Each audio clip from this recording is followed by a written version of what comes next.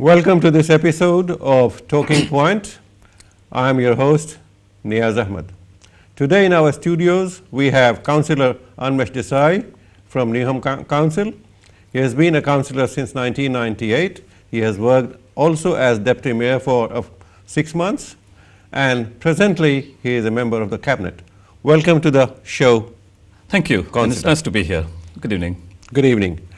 Councillor Deshai, you have been a Deputy Mayor for 6 months, and what are your responsibilities presently? Currently, I'm the Mayor of Newham, Sir Robin Wilson's Cabinet member for crime and antisocial behaviour, which includes small-scale antisocial behaviour, relationships with the police, general criminal matters, anything that affects the safety of the citizens of Newham. What they call law and order situation. Law and order, but from a council perspective. Right. I mean, there are certain things, obviously, that are the responsibility of the police. Right. Serious crime, Right. burglaries, robberies, to give some examples. But there's also the low-level antisocial behaviors, gangs of kids hanging around street corners, creating a nuisance for neighbors, Right. noise nuisance, late-night parties, Right. things that affect the day-to-day sort of quality of life for our citizens. Yeah. So it's basically framing council strategies, working with the police and with other partners. We develop have plenty strategies. of that in inner London, isn't it? But we'll talk about that later, Indeed. the law and order situation. And what is the job of the Mayor's Cabinet? Well, we have elected mayor in Newham. One of How many mayors? there are 4 elected mayors in London, and Sir Robin Wills has been the mayor since 2002. He's elected directly by the people of Newham. Right. So, although he stood as a Labour candidate, selected by the Labour Party, it's the people of Newham who decide whether to have him or another candidate. Right. At the last election in 2010, he was elected with something like 68% of the popular vote, Right. which I hope is a reflection of the his job that we're popularity. doing and of his popularity and of the job that he and the administration are doing. There are, by law, he's meant to have a certain number of people in his cabinet. I'm one of the cabinet members. There's also executive. How many councillors do you have in Newham? We have 60 councillors, 60 councillors. and then the mayor himself. But all councillors are not member of the Cabinet. No. No. There are 9 executive members, and then we have what is also called scrutiny, people who scrutinize us to see what our performance is like. There are 3 scrutiny chairs, and then there are other members who make up the scrutiny commissions and also play an important part in community life by being community lead members. Right. So Newham has 9 community forums, which is a way of bringing the council closer to people in the communities. Each community forum has a lead member, a committee lead member. So it's part of being a team. One person alone cannot deliver. It's advising the mayor, working to implement his policies, and we were elected as a Labour Party, so the Labour Party's policies. So the Mayor's Cabinet is on a smaller scale like the Cabinet? Like the Central Cabinet, Right.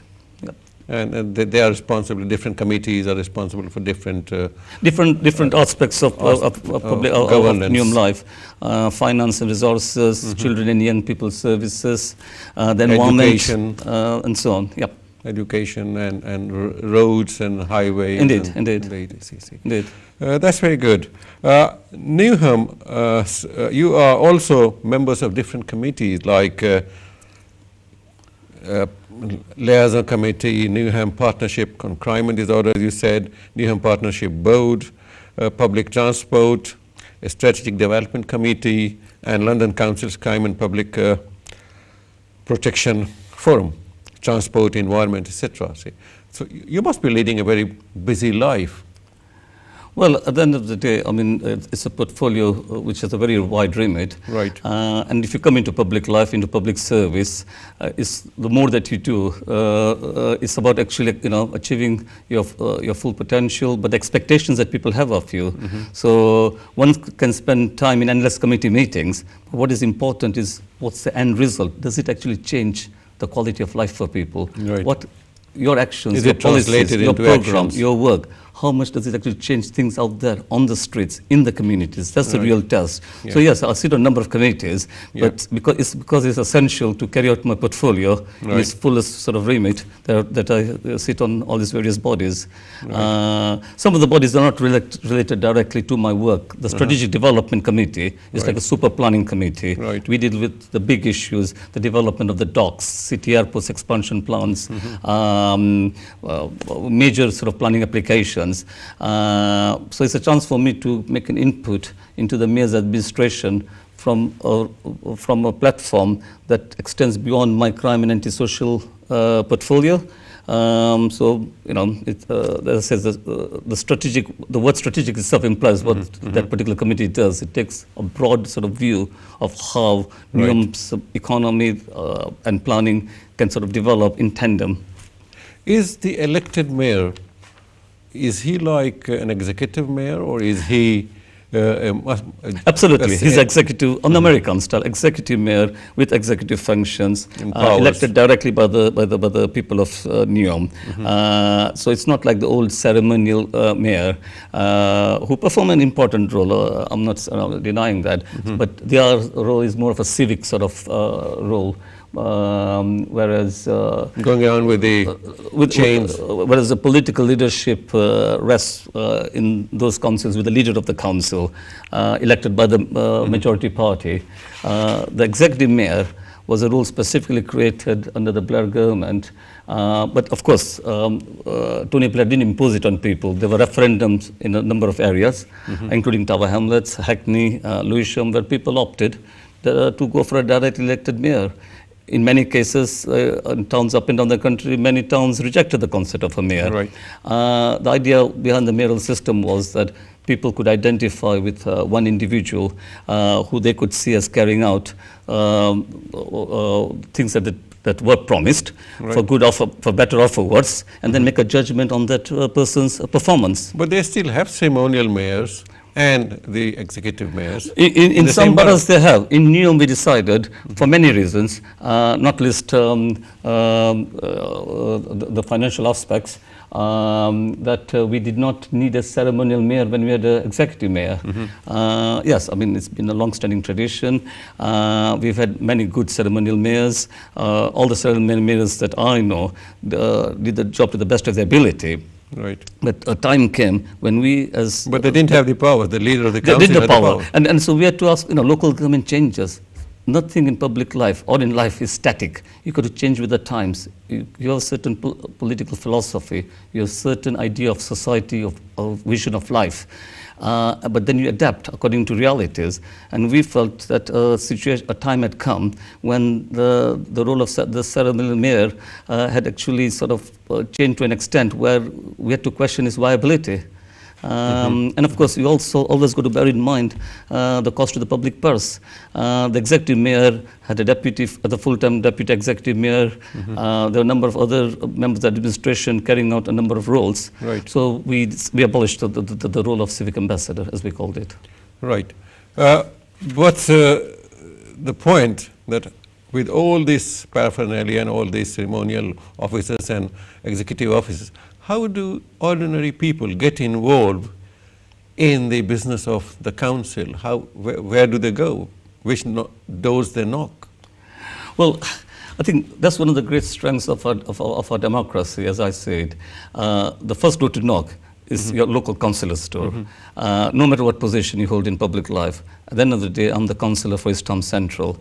I'm accountable to the people, not just the people who elected me, but the people who live in East Town Central. I hold regular surgeries. Right. That's the first door to knock. Although, of course, in the modern world with emails and Twitters and all the different social media outlets, there are other ways that people communicate. A lot of my casework now is done via email. But I do believe that it's important that people who elected me, and indeed people from all over the borough who may wish to see me, know that where I am at a certain time on a certain day and can come and see me. I think that's the best form of democracy, direct contact with the elected representative.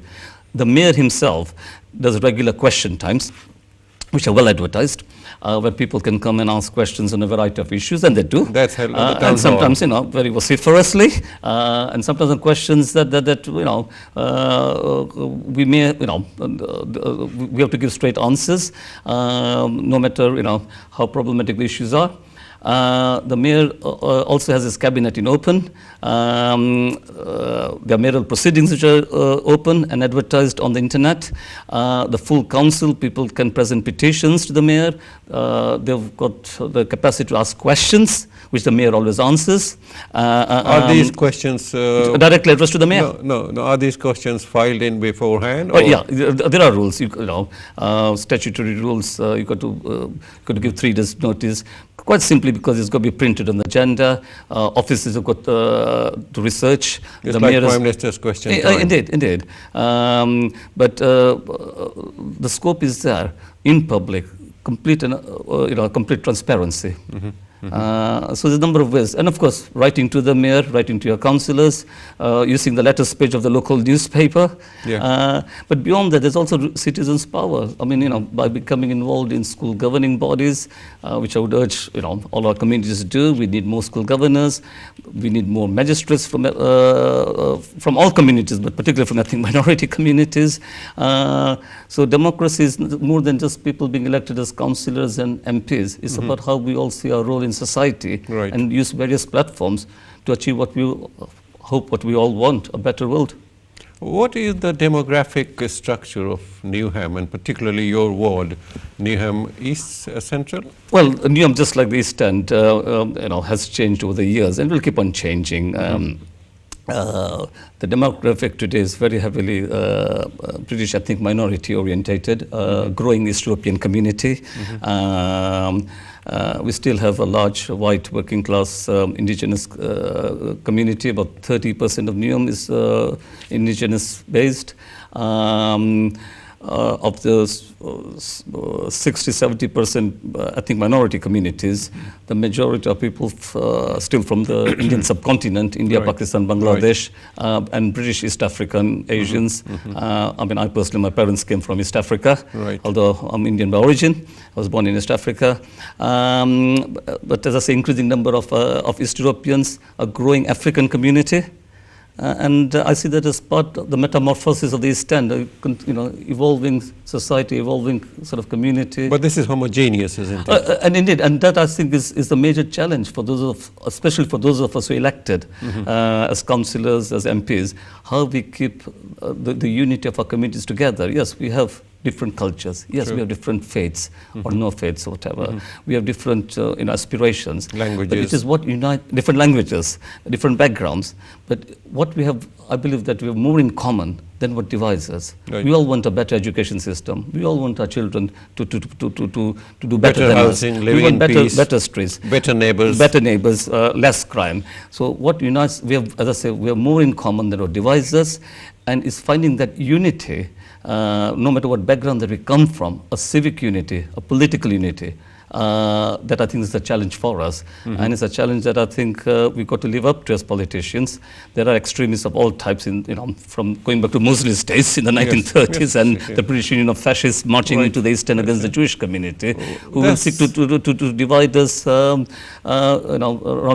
sort of use populist slogans, put blame on migrant, newly arrived communities for economic problems which are of a very deep and fundamental nature. Right. We've got to rise above that, and by leadership, by example, show that we are more in common. It's only by working together that we will all prosper.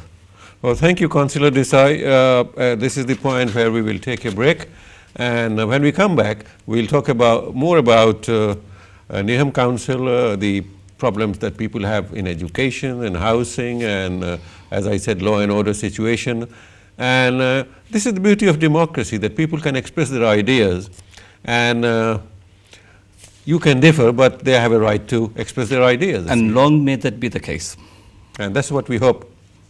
It remains like that. And we'll take a break, viewers, at this time, and we want you not to go away.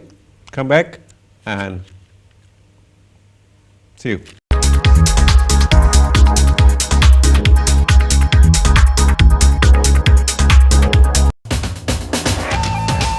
আপনারা দেখছেন talking point.